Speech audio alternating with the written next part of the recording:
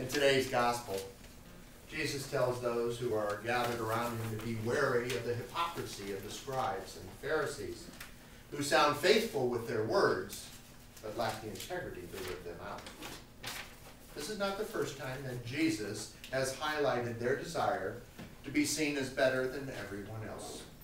And in doing so, Jesus once again questions their faithfulness. For Jesus, loving God is not only an internal feeling, but an outward reality, something that can be seen by others. Another way to look at this is that a person cannot inwardly love God and outwardly hate or despise their neighbor. There must be cohesiveness between what they say and what they do. The problem with the Pharisees, Jesus tells us, is they lack this cohesiveness.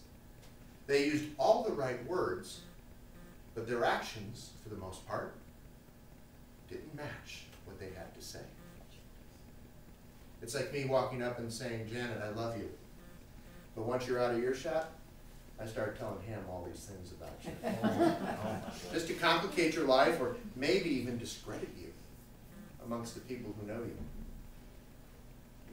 Another problem the Pharisees had was their public portrayal as humble servants doing God's work, on the one hand, and their constant desire to be praised for their humbleness on the other. Now, to be fair, we all like a little pat on the back once in a while, don't we? But what makes that pat on the back worthwhile, meaningful, at least for me, is when it is done out of gratitude, not out of obligation, as the Pharisees, we are told, demanded. Last week I noted in the lectionary how it seems to always focus this time of year on giving. And so I asked the question, why this reading this week? And I think it's because we need to be reminded in no uncertain terms that our actions are to match our words. If we say with God's help that we intend to live into our baptismal covenant, then what we do and how we do it actually matters.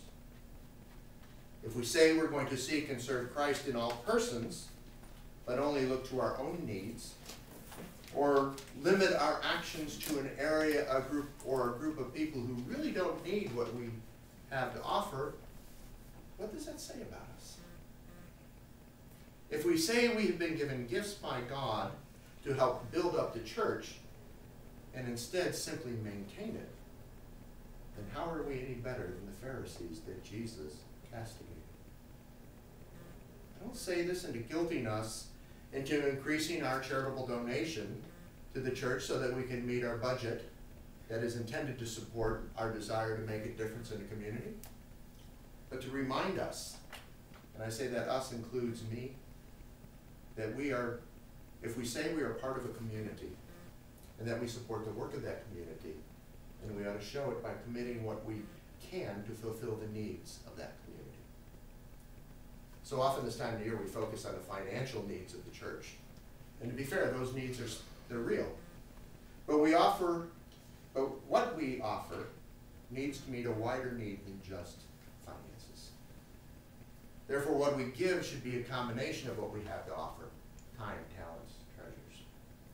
In hearing today's gospel, a reading that describes a confrontation that occurs towards the end of Jesus' earthly ministry, I'm reminded of Jesus' words in the Sermon on the Mount near the beginning of his ministry, when he says, "Beware of practicing our piety before others in order to be seen by them, so that we may be praised by them, for in doing so we have already received our reward." Instead, we are called to just do what we do, give what we give, trusting that God, who sees all, will in the end give us our true, real reward. Now, on the surface, that sounds pretty darn good, doesn't it? But one thing that claws at the back of us is that it's only possible if it's only God that knows what we give. Many of us are afraid, or maybe there's some truth to it, that there's always those around us watching us, judging us for our level of perceived commitment. That makes us a little self-conscious, especially if we don't do what we think or see others can, therefore leaving us judging ourselves sometimes more harshly than anyone else could ever judge us. But God asks us only to do one thing, and it's something each of us in this room can do equally, and that is love God, and in doing so, love one another. With God, there is no competition to see who loves God more, or who shows more love for God. We show our love for God in whatever way we can, knowing that it will be warmly received and fervently returned. As we fill out pledge cards a little later this evening, we should not pledge more than we are able so that we look good for whoever sees those cards. And by the way, I don't.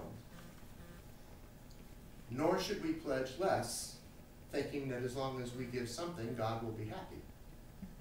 Instead, each of us should give what we believe God is calling us to give in order to enable our parish to spread the love of God farther into the community than we do today.